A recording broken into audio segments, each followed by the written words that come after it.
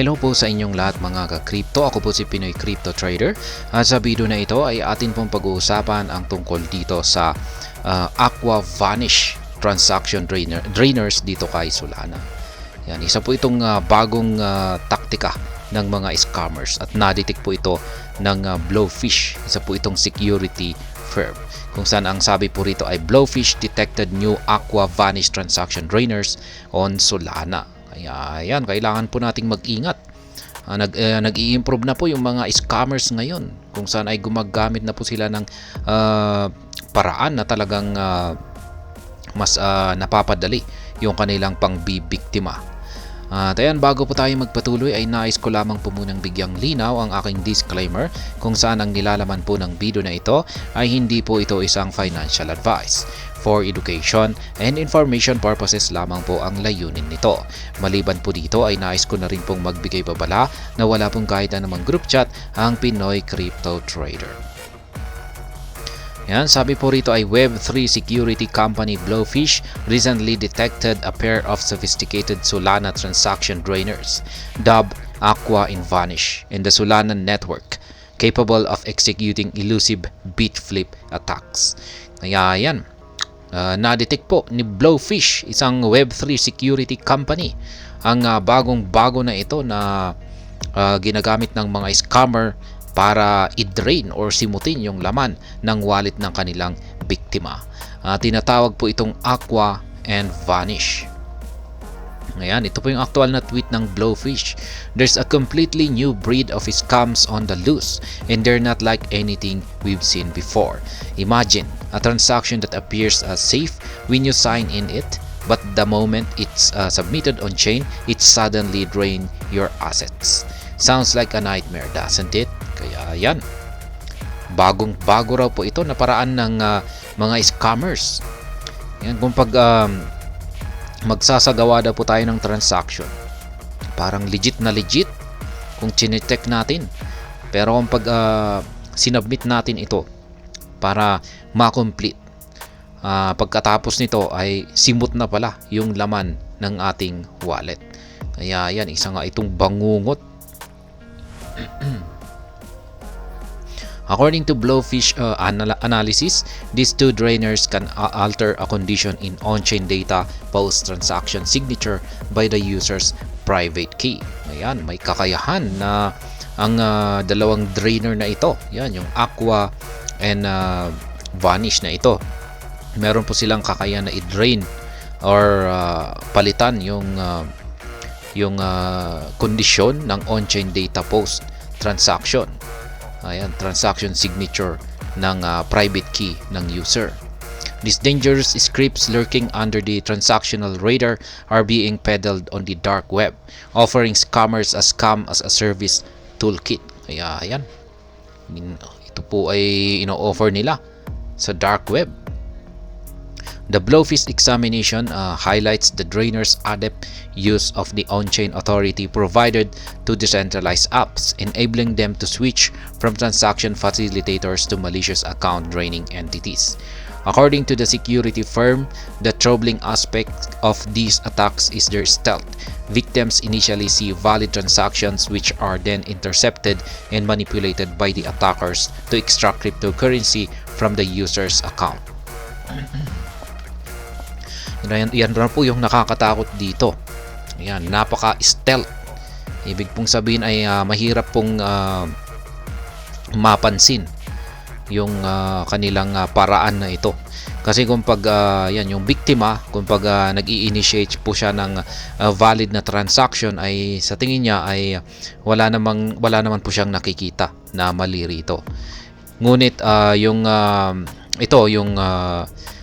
Aqua at saka Vanish transaction drainer na ito ay sikreto po niyang i-intercept yung transaction na ito at meron siyang babaguhin na mga detalye sa transaction.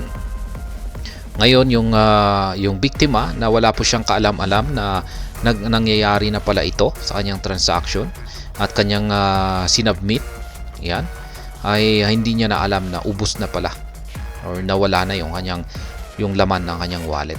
Such bit flip attacks threatens transaction integrity by flipping bits in the encrypted data, altering the decrypt message without accessing the encryption key. Kaya ayan, ganyan po katindi yung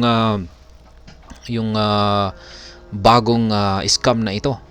Ayan, meron gumagamit daw ito ng bit flip attacks. Talagang binabago yung kayang-kaya pa niyang baguhin yung encrypted data. Kaya ayan, napakatindi na ngayon ng mga scammers. The discovery has cast a spotlight on the evolving cyber threat landscape within Solana's network. This increasing threat is underscored by Chainalysis report that discloses a large community associated with the Solana wallet drainer kit, teeming with over 6,000 participants as of January.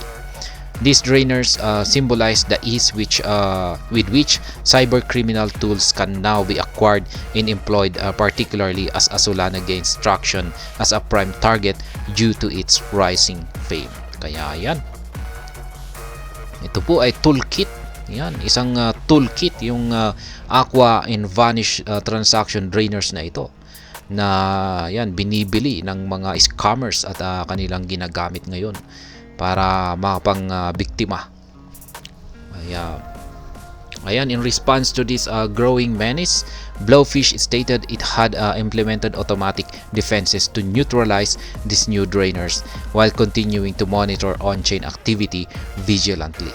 Ayan, nag-implement na daw po ang Blowfish para madepensahan yung mga yung ganitong laban sa mga ganitong bagong mga drainers. At yan, patuloy pa rin po sila sa pagmamanman sa on-chain activity.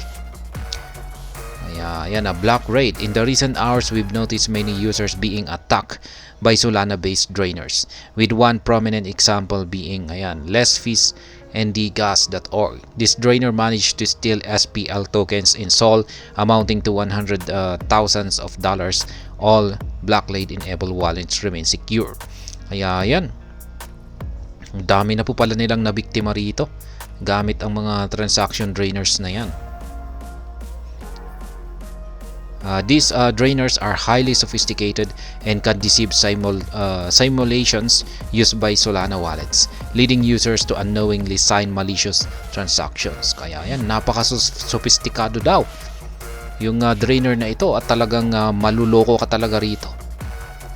Ayan, kumbaga ayan, mahirap talagang mapansin. Ayan. Honestly, I can't 100% remember what it said, but it was 2 or 3 yellow cautions. Nothing red like stop or I would have 100% stop. Ayan, yan po ay Kevin Logan. However, crafting foolproof security remains challenging despite these efforts, as attackers increasingly evolve and refine their avoidance tactics. Kaya yan, mukhang talagang mas nangunguna pa yung mga scammers kumpara sa security. Ayan, foolproof security ng mga blockchains. The firm's investigation also unearthed international elements at play, with suspected Russian developers notably involved in crafting and circulating such drainer tools, often accompanied by Russian documentation. Ayan, mukhang parang mga Russian developers ang may gawa sa mga drainer tools na ito. Finally, community solidarity has become crucial in the fight against these threats, with blockchain advocates rallying together to develop and employ protective measures like Wallet Guard, enhancing user defenses such as predatory phishing-oriented attacks. Ayan, Wallet Guard. Ito po si Wallet Guard.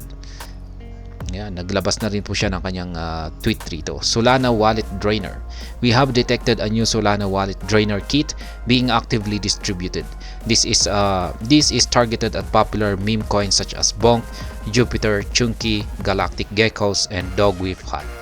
Ayan daw po yung na-detect ni Wallet Guard na isang Solana Wallet Drainer. At mukhang yung mga wallet drainer na ito ay ginawa para targetin yung mga coins na sina Bonk, Jupiter, Chunky, Galactic Geckos at saka si Dog Wee Fat. Ayan po.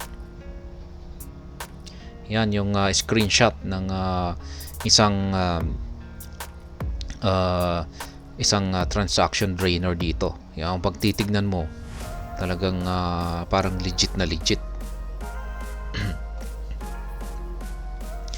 Zag Switzerland-based Blowfish works with some 30 customers, including Wallet Connect, to help prevent over 500,000 wallet draining attacks.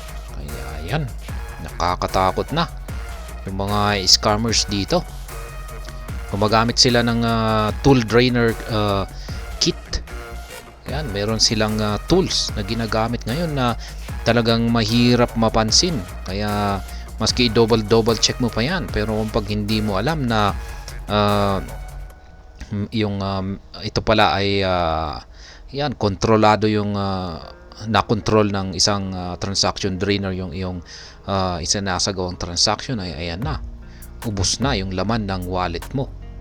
Kaya ayan, nakakatakot na talaga ngayon.